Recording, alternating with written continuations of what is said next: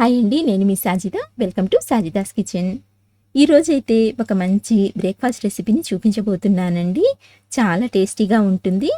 ఈ బ్రేక్ఫాస్ట్ని నేనైతే మరమరాలు ఇంకా సూజీ రవ్వతో ప్రిపేర్ చేశాను. ఎప్పుడు ఒకేలాంటి టిఫిన్ తిని బోర్ కొట్టినా లేదా ఇంట్లో ఎలాంటి టిఫిన్ పిండి లేకపోయినా అప్పటికప్పుడు చాలా ఈజీగా ప్రిపేర్ చేసుకొని టేస్టీగా తినేయొచ్చండి. పైన క్రిస్పీగా ఉంటుంది, లోపల నుంచి అయితే సాఫ్ట్గా చాలా బాగుంటుంది, చాలా టేస్టీగా ఉంటుంది. మీరు కూడా తప్పకుండా ట్రై చేయండి. సో ఈ టేస్టీ బ్రేక్ఫాస్ట్ని ప్రిపేర్ చేయడానికి ఫస్ట్ ఒక మిక్సర్ జార్ తీసుకుని ఇందులోకి 2 కప్పుల వరకు మరమరాలని తీసుకోండి. అంటే బొరుగులు అంటారు కదండి, ఆ బొరుగుల్ని తీసుకోండి. ఇప్పుడు ఈ బొరుగులని మెత్తటి పౌడర్ లాగా గ్రైండ్ చేసి తీసుకుందాము.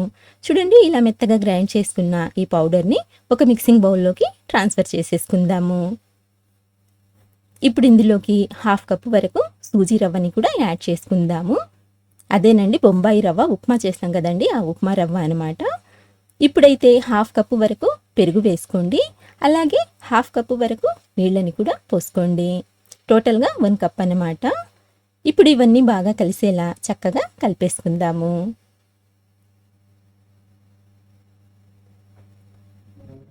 ఇలా బాగా కలుపుకున్న తర్వాత ఇప్పుడు మనము దీనిపైన మూత పెట్టేసి ఒక 10 నిమిషాల పాటు పక్కన పెట్టేసుకుందాము.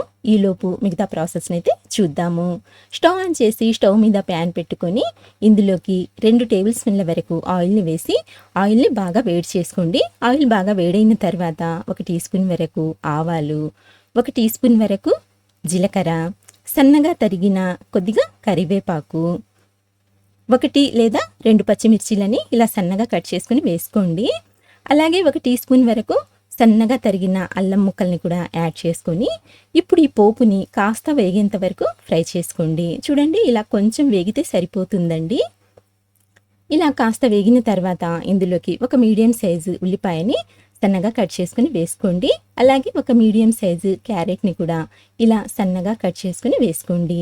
ఇప్పుడు ఈ క్యారెట్ ఉల్లిపాయ ముక్కలు కొంచెం సాఫ్ట్గా అయ్యేంత వరకు ఫ్రై చేసుకోవాలండి. ఇక్కడ చూడండి, మనకు ఈ క్యారెట్ ఉల్లిపాయ ముక్కలు చక్కగా వేగిపోయాయి, అంటే కొంచెం సాఫ్ట్గా అయ్యాయి అన్నమాట. సో ఇలా బాగా ఫ్రై చేసుకున్న తర్వాత ఇందులోకి కొద్దిగా ఇంగువ వేసుకోండి. ఇంగువ వేసుకున్నట్లయితే ఆ ఫ్లేవర్ అనేది చాలా బాగుంటుందండి. ఒకవేళ మీకు ఇంగువ ఇష్టం లేకపోతే స్కిప్ చేసుకోవచ్చు. సో ఇంగువ వేసిన తర్వాత ఇంకొకసారి బాగా కలిపి ఇప్పుడు స్టవ్ ఆఫ్ చేసేసి దీన్ని తీసి పక్కన పెట్టేసుకొని మనం ముందుగా కలిపి పెట్టుకున్న బ్యాటర్ని చూద్దాము. చూడండి, ఇందులోని రవ్వ నానేసరికి ఈ బ్యాటర్ మనకు ఎంత సాఫ్ట్గా రెడీ అయ్యిందో. సో ఇలా బాగా కలుపుకున్న తర్వాత ఇప్పుడు ఇందులోకి మనం ఫ్రై చేసి పెట్టుకున్న ఈ ఉల్లిపాయ క్యారెట్ మిశ్రమాన్ని ఇందులోకి యాడ్ చేసుకోవాలి. మొత్తం అంతా యాడ్ చేసేయండి.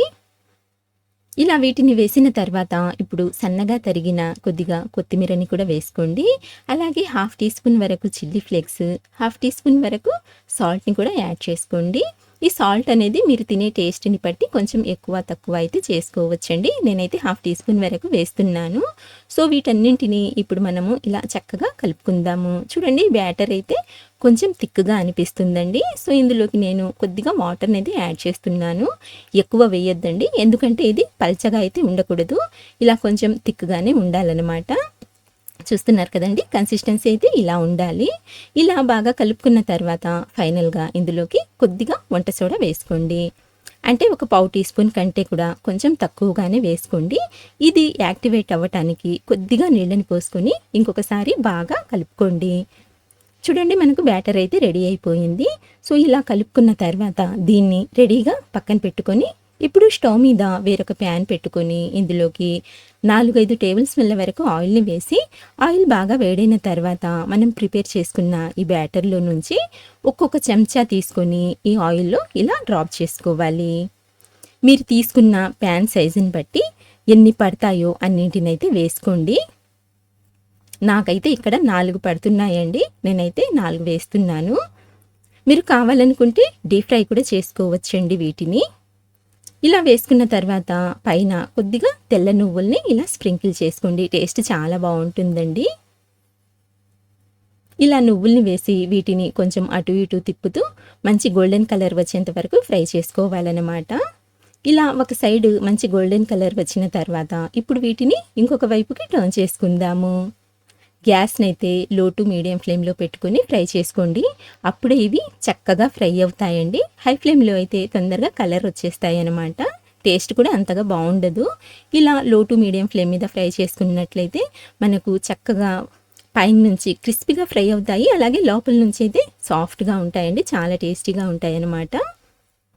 ఇలా ఇంకొక వైపుకి టర్న్ చేసుకున్న తర్వాత ఈ వైపు కూడా మంచి గోల్డెన్ కలర్ వచ్చేంత వరకు ఫ్రై చేసుకోవాలి. చూడండి, రెండు వైపుల నుంచి ఎంత చక్కగా ఫ్రై అయ్యాయో. సో ఇలా ఫ్రై చేసుకున్న వీటిని ఇప్పుడు మనము ఒక ప్లేట్లోకి తీసేసుకుందాము. అంతేనండి, వేడి వేడిగా సర్వ్ చేసుకున్నట్లయితే చాలా అంటే చాలా టేస్టీగా ఉంటుందండి ఈ బ్రేక్ఫాస్ట్. మీరు దీన్ని బ్రేక్ఫాస్ట్ లాగానే కాదండి, ఈవినింగ్ స్నాక్ లాగా అయినా సరే చేసి పెట్టొచ్చు. పిల్లలైతే ఎంజాయ్ చేస్తూ తినేస్తారు, అంత టేస్టీగా ఉంటుంది. తప్పకుండా ట్రై చేసి చూడండి. సో ఫ్రెండ్స్, ఇదండి ఇవాల్టి రెసిపీ. నచ్చితే మాత్రం చిన్న లైక్ ఇవ్వటం అయితే మర్చిపోవద్దు. అలాగే మంచి టేస్టీ రెసిపీస్ కోసం మన ఛానల్ని సబ్స్క్రైబ్ చేసుకోండి. ఇంకొక మంచి రెసిపీతో మళ్ళీ కలుస్తాను. అంతవరకు బాయ్ అండి. Thank you for watching.